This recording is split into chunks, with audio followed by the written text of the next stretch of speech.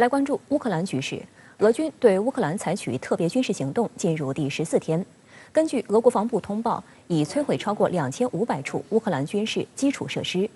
一段乌总统泽连斯基接受美国媒体采访时的视频内容引发关注，因为俄对乌提出的几个重要条件，泽连斯基都有提到。尤其是在了解北约不愿接受乌克兰后，他已对加入北约不再纠结。乌东问题可以谈个妥协方案。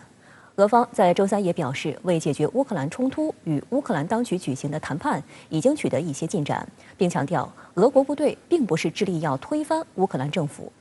周四，俄乌外长或将在土耳其进行接触，俄乌局势接下来将如何演变，能否出现转机？来看报道。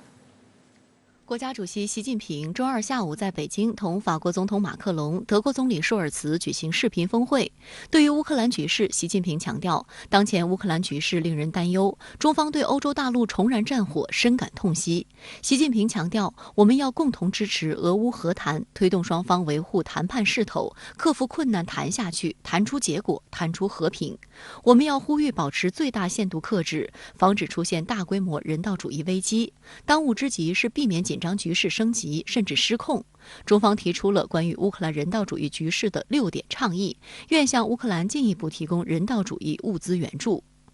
中国外交部发言人赵立坚介绍，应乌克兰方面的请求，中国红十字会将向乌克兰方面提供一批人道主义援助物资，包括食品、生活必需品等，价值500万元人民币。首批物资周三已经从北京起运，后续将通过适当方式尽快交付乌克兰红十字会。另外，周二又有2架接返自乌克兰撤离中国公民的临时航班先后安全回到国内，分别抵达郑州和沈阳。截至目前，已有6架接返自乌克兰撤离中国公民的临时航班安全回国。中国外交部发言人赵立坚周三介绍，经各方共同努力，因战火被困乌克兰苏梅地区的100余名中国留学生已安全撤离风险区域。目前，在乌克兰的绝大多数中国公民已经撤离。我再次提醒少数留在乌克兰的中国公民务必注意安全，加强防范和应对准备，同时和中国驻乌使领馆保持联系。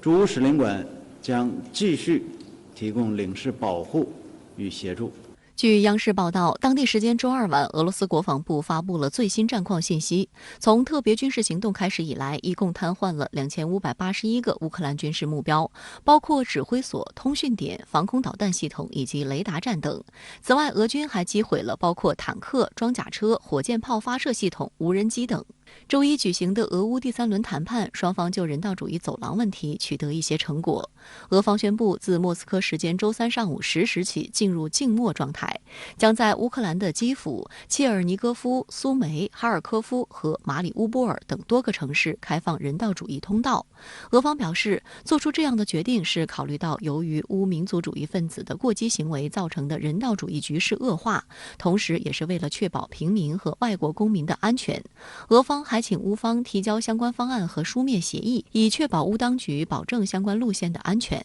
俄乌局势走向仍不明朗之际，根据乌总统府网站发布的消息，泽连斯基周一接受美国广播公司采访时表示，我们还没有打算投降，但我准备好进行对话了，这不是我的个人因素，而是为了我的选民。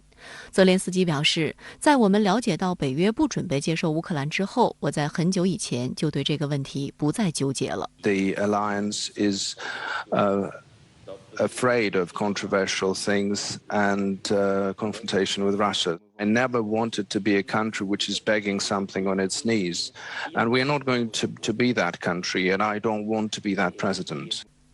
主持人缪尔还追问泽连斯基对克里米亚和顿巴斯地区是何态度。泽连斯基称，乌克兰准备就集体安全保障、顿巴斯地区和克里米亚的未来等问题与俄方进行对话。We can discuss and find a compromise on how these territories will live on. 实际上，停止加入北约的企图、承认克里米亚归属俄罗斯以及承认乌东两地区的地位，是俄罗斯一直强调的俄乌和平条件。这也是俄罗斯向美国及北约提出安全保障计划草案的核心内容。俄总统新闻秘书佩斯科夫周一还表示，如果乌方做到以上几点，俄方随时可以停火。可以说，泽连斯基在这段美媒的采访中回应了俄罗斯的核心关切内容。应该算是一个这个妥协啊。一个呢是，因为他以前所设想的北约对他的支持是没有做到，这个也没有信心哈去持续的跟俄罗斯进行对抗，这是。第二个呢，现在目前的军事状态对乌克兰是不利的，他也没有别的太大的办法去改变了。所以这个是很重要的原因。对，俄新社周三还援引乌克兰国家网的消息称，乌克兰执政党人民公仆党日前发表声明称，乌不可能在未来几年加入北约，同时提议莫斯科在法律上承认乌国家地位，并保证基辅不受威胁。该网站指出，这份声明意义重大，是乌当局首次就基辅如何看待俄要求的国家中立地位作出表述。截至周一，近段时间俄乌已经进行了3轮谈判，谈判内容就涵盖了俄方提出的乌克兰去军事化等一系列内容。双方都认为未达预期，但谈判还会继续。第4轮会谈将于近期在白俄罗斯境内举行。俄外交部发言人扎哈罗娃周一还证实，俄罗斯外长拉夫罗夫和乌克兰外长库列巴计划在土耳其外长恰武什奥卢的参与下，在本周于土耳其安塔利亚举行的外交论坛期间进行接触。乌克兰外长库列巴则表示，计划于周4与俄罗斯外长拉夫罗夫会面。库列巴还称，自己愿意和任何人谈判，以建立和平。现在肯定是不合适去谈那个，比如说领土问题啊。这个边界问题啊，这个战后这个重大的安排问题啊，我想一次性也谈不完。然后怎么样处理这些人道主义的问题，啊，还有一个是这个怎么样恢复和平、结束战争的问题。而且主要是这2个方面可以去谈的。接受美媒采访时，乌总统泽连斯基虽然提到愿就俄关心的一些核心问题进行对话，但他同时也在极力渲染俄罗斯的威胁性，并称如果西方世界不对乌施以援手，很快就会步上乌克兰的后尘。而央视网播发的另一段视频则显示，泽连斯基对美西方不兑现承诺极为不满。Коли ми чуємо тільки обіцянки. 13 днів, коли нам кажуть, що ось-ось буде допомога у небі, а не так, як звучить у коментарях політиків про надання Україні життєво необхідної бойової авіації.